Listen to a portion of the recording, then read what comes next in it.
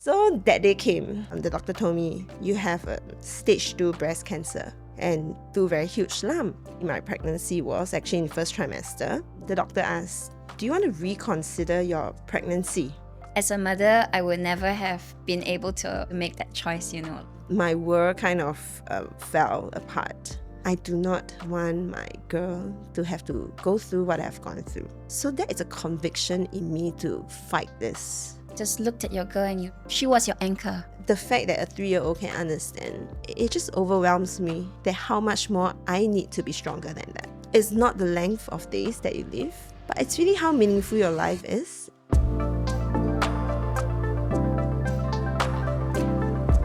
Welcome back to In Motherhood. Today's episode is part of a series on breast cancer and motherhood. Hi, I'm Faith, a breast cancer survivor. Recently, I took part in Fashion for Cancer. It's a runway for cancer thrivers and survivors to know that life after cancer can be beautiful. Let me invite you today to find out more about Fashion for Cancer and how you can support cancer research and the patients going through a tough time. You can click in the link below. Faith, you got diagnosed when you were pregnant, and that is so unimaginable for most of us. We can hardly even imagine what you must have gone through. Can you take us back into that moment? It was back in 2021 when COVID-19 was still a pandemic. So you can imagine most of the time was spent at home with my family and my 3-year-old. So things were okay. I mean, things were as per normal, trying to get a sense of normalcy for my girl. Because of the restrictions, you can't really go out or that, right? And when we received a happy news that I was actually pregnant with my second child, I mean, we were all very excited. And that was in June. And shortly after, I find that my breast was still lumpy even though I have stopped my comfort latching for my elder girl, right? And I decided to just check with the gynae since I'm going there anyway, thinking that it was nothing. Because there was no symptoms, there were no weird pus coming out. I don't feel any pain. Everything was as per usual. But for the peace of mind, I just went and told the gynae. And after a check, he sent me for ultrasound scan. And then the next thing I know is biopsy. Nothing will prepare you enough when I received the diagnosis in the doctor's room. I'm sure your panic levels must have just gone through the roof. My whole mind was just, I kind of knew that it's not going to be very good news. So that day came. The doctor told me, you have a stage 2 breast cancer and 2 very huge lumps. In the course of how early my pregnancy was, actually in first trimester, the doctor asked, do you want to reconsider your pregnancy? Yes. So, to hear that sent me into shock. As a mother, I would never have been able to make that choice, like no way. You don't really have a choice, to me, as mother. And for someone who welcomes life, right? And also for my religion. So what was your option? So is it, correct me if I'm wrong, he's asking you to end your pregnancy? Yes, he gave me an option and said that, would you want to consider terminating your pregnancy since it's in its early stage? Because the first option that was given to me in terms of treatment is actually surgery. And surgery is prolonged GA, right? Is that the easier or best choice, surgery? That is usually the first option that they provide. Whether it's the best, I do not know because I am not the expert in this field.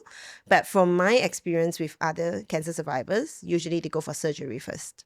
And that is to actually take out all the cancer cells. He highlighted the risk of prolonged GA, put your fetus at risk. And that's why he gave me the option to see if I would like to, reconsider. But there was a possibility to carry your baby to term. So it's not that there's an option, or rather we ask if there's any other options other than surgery first.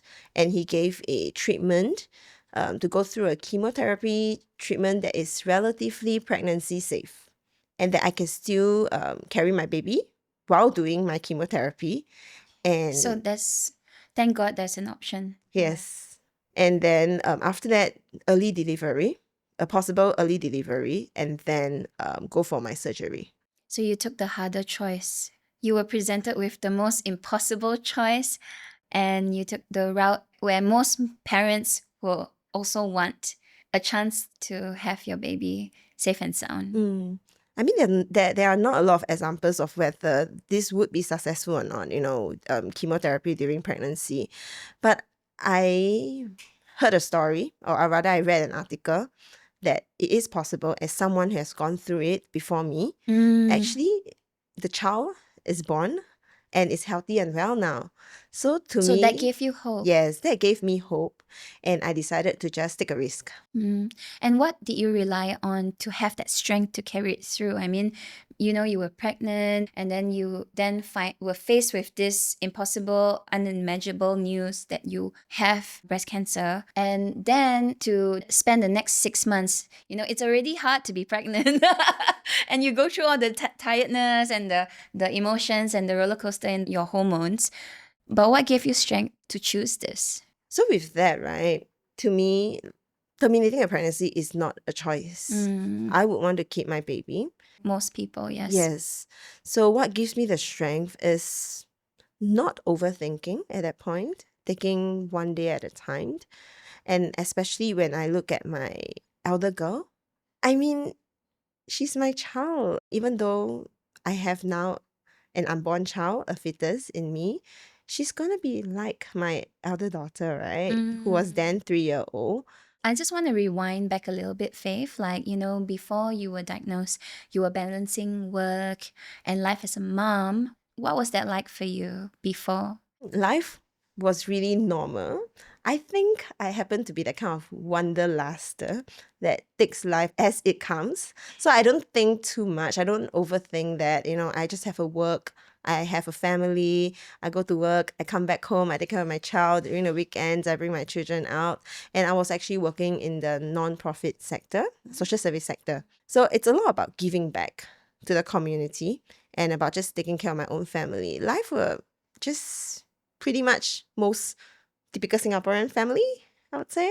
But then after the diagnosis, then how did you even process that, right? You have to be not just processing it, but you have to deal with being pregnant as well. Actually, the truth is, when I received that diagnosis, I cried. I was crying inconsolably, so badly that my husband has to call my best friend to come down to the hospital. So my friend actually took leave and came to the hospital for me. And that was how bad it was. I mean, my world kind of fell apart. And I did not know what to do at that point of time. What was the hardest part then? I think the hardest part was really, I'm afraid to die. That is the truth. And I'm afraid that my young girl at 3 years old is going to lose her mother.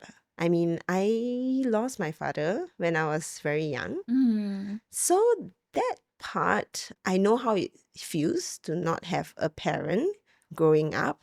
And I do not want my girl to have to go through what I've gone through.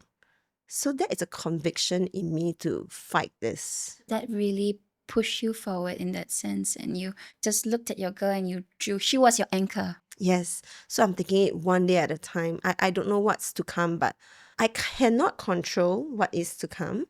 But at least I can control how I take the day and how I seize the day and what I can do at this moment to perhaps help myself get better. And that's what it pushes me.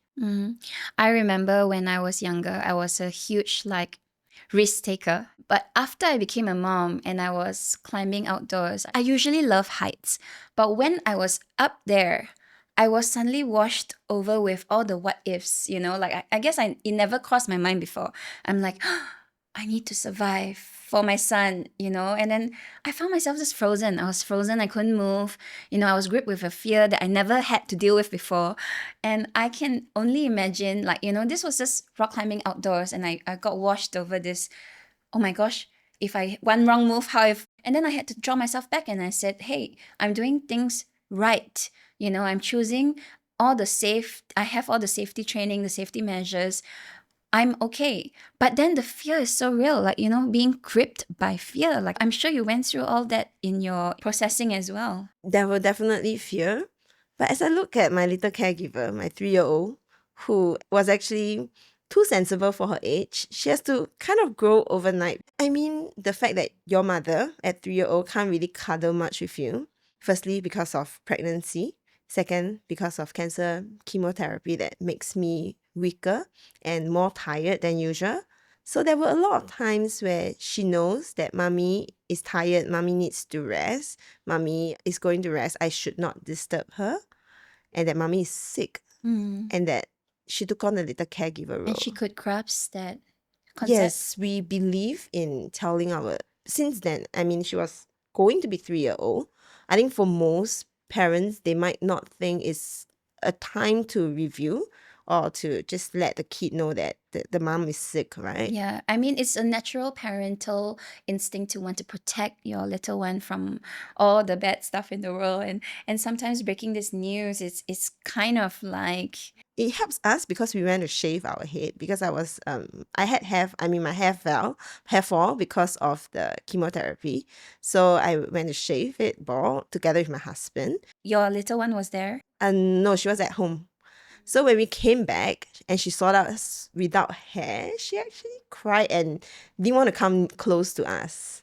And then we kind of explain it to her. We kind of let her rub our head, So it was a play huge with shock. her. Yeah. It's a huge shock to her. But after that incident, where we explain things to her and where she touched and we laugh it off together as a family, that's when we realize that actually they're not too young to learn. They understand what's going on. Yes. Like they observe, they're watching. In their own little way, they understand something is not right and they're very attuned to mama. Yes. And somehow, I mean, I don't think I share this ever, is that they become your strength, really. And because of how strong they are at 3-year-old, who are you to say that you can't fight this when they at 3-year-old can understand the pain that an adult is going through? It really touches me as I recall back right now, right? I don't think we had this discussed, but the fact that a 3-year-old can understand, it just overwhelms me that how much more I need to be stronger than that. And you can rely on her strength as well. Like you can just, Yes. when you are so physically weak, you can look at her and draw some comfort. And I'm sure your 3-year-old wants so much for you to live. I believe so. Yeah, so she's projecting that to you. Yes, and here I am, Mama. all well and good. Get better, please. I want my mama. So, as much as there's so much physical pain for you, has there ever been a moment where you felt like the emotional pain was heavier than the physical pain? I think most of the time for me, the Really? emotional part of it has greater effect than the physical one.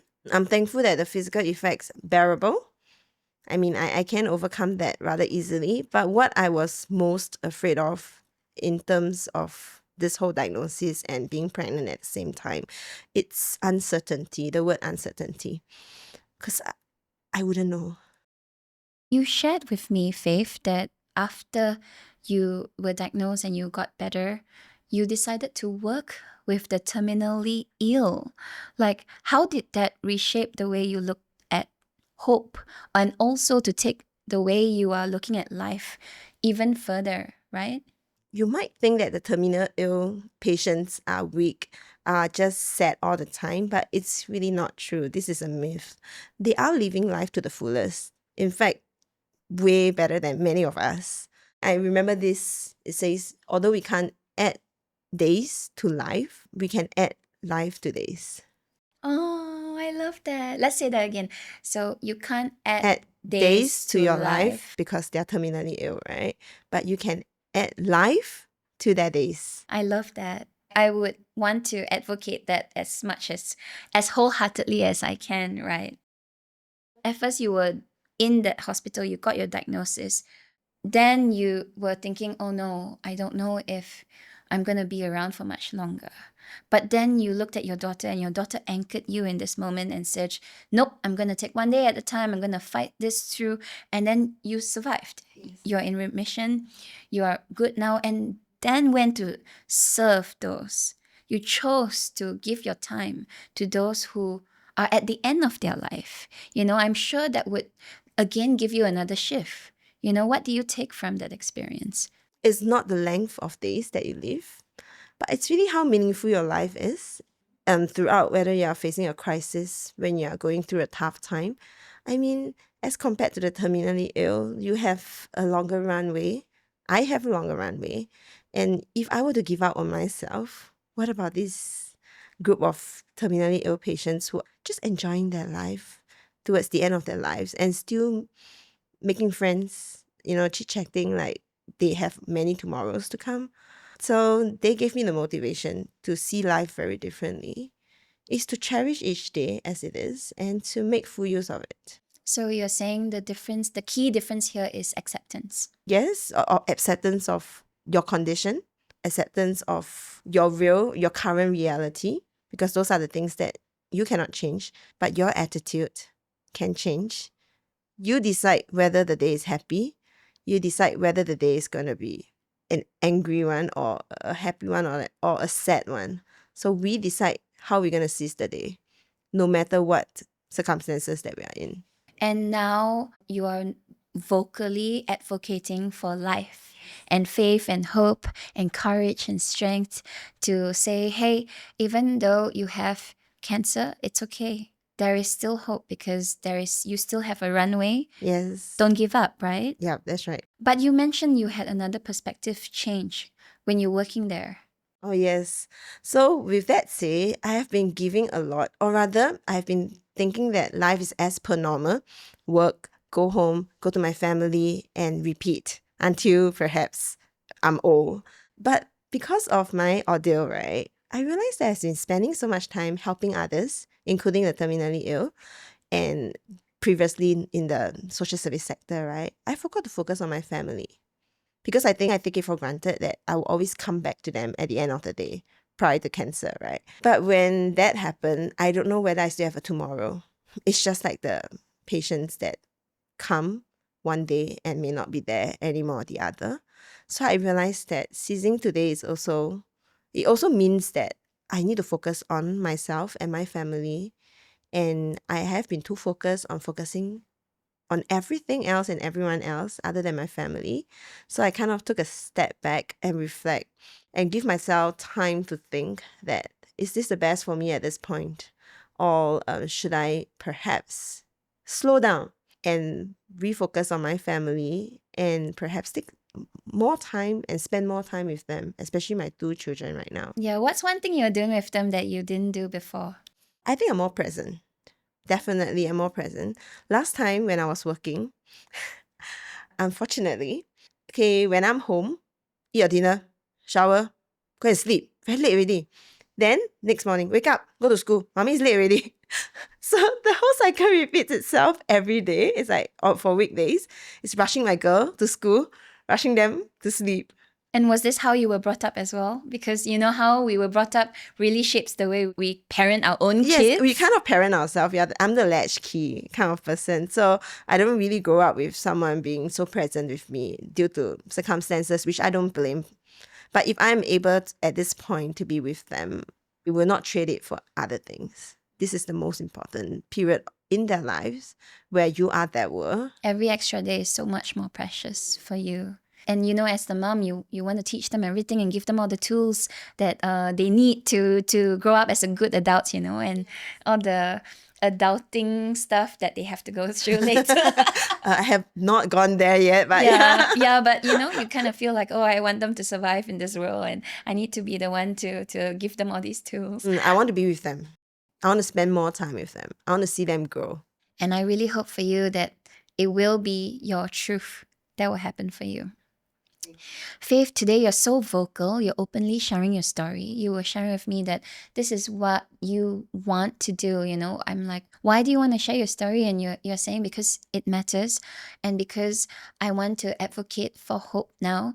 So let's talk about it a little bit. Like, how has it helped you in your healing process? And when you share this story, what is going on? How's that been for you? So when I was first diagnosed, like I say, right, I don't really have a lot of examples or rather stories. So I Google. I think the worst thing to do when you are diagnosed with cancer Don't Google. is to Google because there were a lot of results that leads to unpleasant And then you go outcome. down a rabbit hole. Yes. But one article, as I mentioned earlier, that got me back with a lot of hope and strength is a success story of Thank someone goodness. overcoming. At least one good thing. Yes, one good thing, right? So with that said, I share my story so that others can hear that despite the bad times, there is good that can come out of it. Your pain can become a purpose. I share my story because someone might need to hear it. Someone going through a similar, situation or just going through a bad time per se that needs a little bit more hope can read and draw strength from that. I mean, throughout my whole sharing, I was very honest about my feelings because I think social media likes to paint a very nice picture of life, of motherhood, of parenthood, of Inji's life, right? Everything is good, everything is rainbow and flowers and That's butterflies. why I started this podcast. Right? To So say this is not the reality, guys. the Let's reality talk is about the real stories. yes, we keep everything to ourselves, the bad things. We share all the good things to others, but we keep all the bad things to ourselves. And that has caused the society to be imbalanced, I feel. So I share the story so that people know that the struggles are real. The struggles are there, whether you like it or you don't, whether you see it or you don't. And the difference lies in the choices that you make. Yes. And that if my story can touch just one person, it's worthy to share. You don't have to know everything. Your life doesn't have to be perfect before you start making a difference, before you start sharing your story. It's in the imperfection that people see the real you. Yes. People see the person behind this facade. Yeah. I mean, to see the real you. And people draw strength from that. Just being unapologetically being you. If hope had your voice today, what would it say? Life is going to get messy. And there are many times you do not understand why certain thing happens to you. But don't you dare give up now. Your life has a purpose. Don't give up. Yes, your pain has a purpose. Sit down, wait for it, one day at a time. When you come out of it, you realize that how strong your story can be. Wow, that's so beautiful. Thank you for sharing your story. Faith's story today reminds us that hope is not something that we find at the end, but it is something that we practice daily, even when the future feels unclear. Her story talks about how it's not just survival, because she used this story to transform her survival into service and strength. If this story moved you, share it with someone who needs encouragement today and subscribe to In Motherhoods to hear more stories of resilience so that we can walk with hope today.